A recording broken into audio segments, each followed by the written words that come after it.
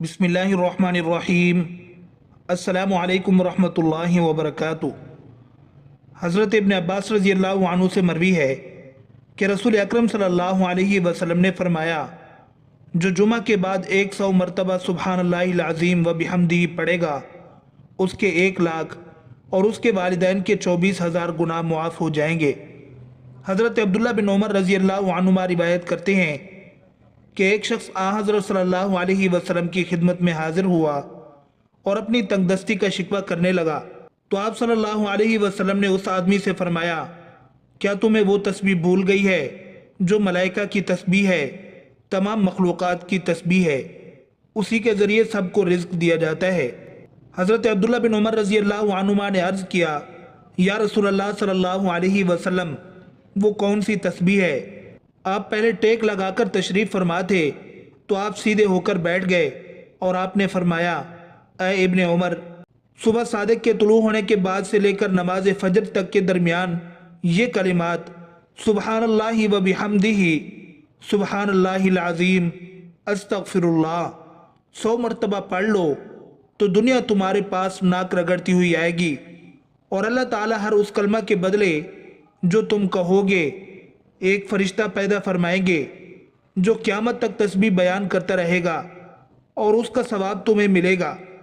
اسی طرح ایک اور حدیث مبارک میں ہے، حضرت عبداللہ ابن مسعود رضی اللہ عنہ سے روایت ہے کہ رسول اللہ صلی اللہ علیہ وسلم نے ارشاد فرمایا، جو شخص ہر شب میں سورہ واقعہ پڑھتا ہے وہ کبھی بھی فاقے کی حالت کو نہیں پہنچتا۔ حضرت ابن مسعود رضی اللہ عنہ اپنی لڑکیوں کو حکم دیا کرتے تھے کہ وہ ہر شب میں یہ سورت پڑھا کریں۔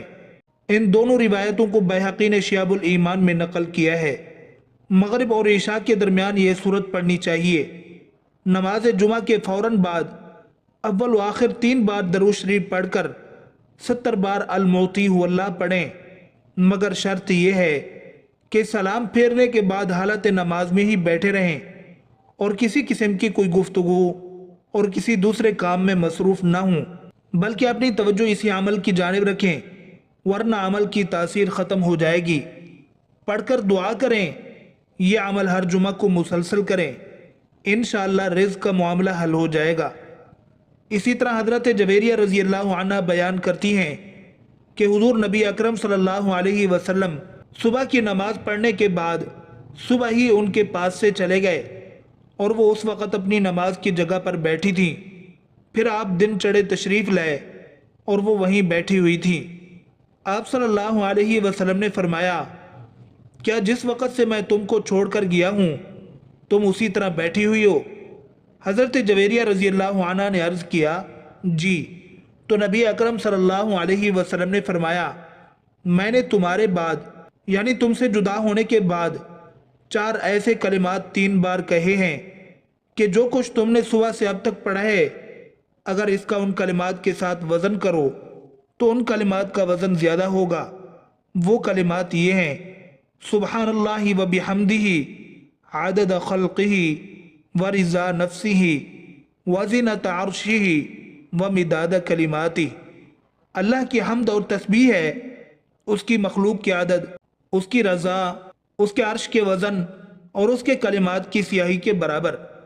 حضرت اسماء بنت یزید انصاریہ سے روایت ہے کہ انہوں نے عرض کیا، یا رسول اللہ صلی اللہ علیہ وسلم، میں عورتوں کی فرستادہ آپ کے پاس آئی ہوں، یعنی عورتوں نے مجھے یہ کہہ کر بھیجا ہے کہ مرد جمعہ اور جماعت اور عیادت مریض اور حضور جنازہ اور حج و عمرہ اور اسلامی سرحد کی حفاظت کی بدولت ہم پر فوقیت لے گئے۔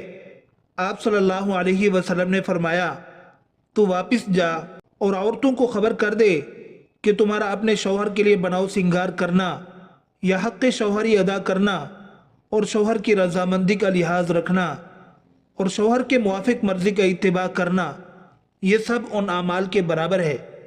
حضرت ابو ہریرہ رضی اللہ عنہ کہتے ہیں کہ رسول اللہ صلی اللہ علیہ وآلہ وسلم نے فرمایا، جب جمعہ کا دن آتا ہے تو مسجد کے ہر دروازے پر فرشتے آنے والے کو لکھتے رہتے ہیں، جو پہلے آئے اس کو پہلے لکھتے ہیں، اور جب امام خطبہ کے لیے بیٹھ جاتا ہے تو وہ اعمال ناموں کو لپیٹ لیتے ہیں اور آ کر خطبہ سنتے ہیں۔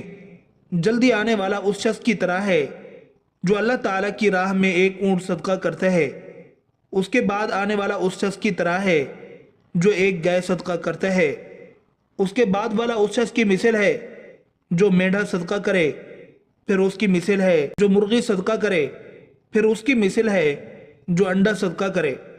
امیر المومنین حضرت سیدنا علی ابن ابی طالب رضی اللہ عنہ سے روایت ہے کہ حضور نبی کریم صلی اللہ علیہ وسلم نے ارشاد فرمایا، جس شخص نے جمعہ والے دن سورۃ الکہف کی تلاوت کی تو وہ آئندہ جمعہ تک ہر طرح کے فتنے سے بچایا جاتا ہے، یہاں تک کہ اگر دجال بھی نکل آئے تو اس سے بھی محفوظ رہے گا۔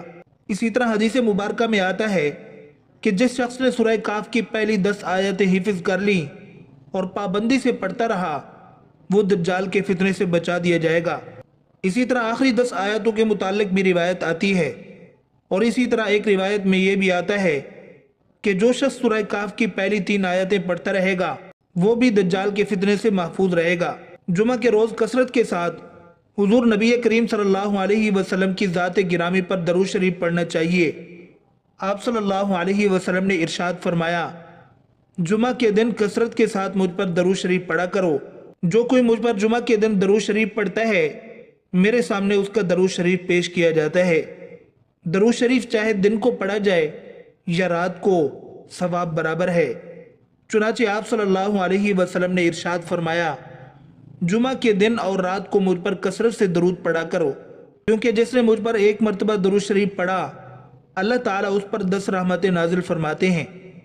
حضرت انس بن مالک رضی اللہ عنہ نے بیان کیا کہ میں نے نبی اکرم صلی اللہ علیہ وسلم سے درخواست کی کہ آپ صلی اللہ علیہ وسلم قیامت کے دن میرے لیے شفاعت فرمائیں۔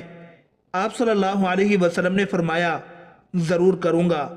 میں نے عرض کیا، اللہ کے رسول صلی اللہ علیہ وسلم میں آپ کو کہاں تلاش کروں گا؟ آپ صلی اللہ علیہ وسلم نے فرمایا، سب سے پہلے مجھے پل صراط پر ڈھونڈنا۔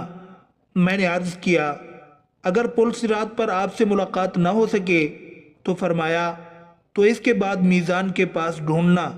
میں نے کہا، اگر میزان کے پاس بھی ملاقات نہ ہو سکے تو فرمایا اس کے بعد حوض کوثر پر ڈھونڈنا، اس لیے کہ میں ان 3 جگہوں میں سے کسی جگہ پر ضرور ملوں گا۔ اللہ تعالی ہم سب کو ان باتوں پر عمل کرنے اور اپنی زندگی سنوارنے کی توفیق عطا فرمائے۔ آمین ثم آمین۔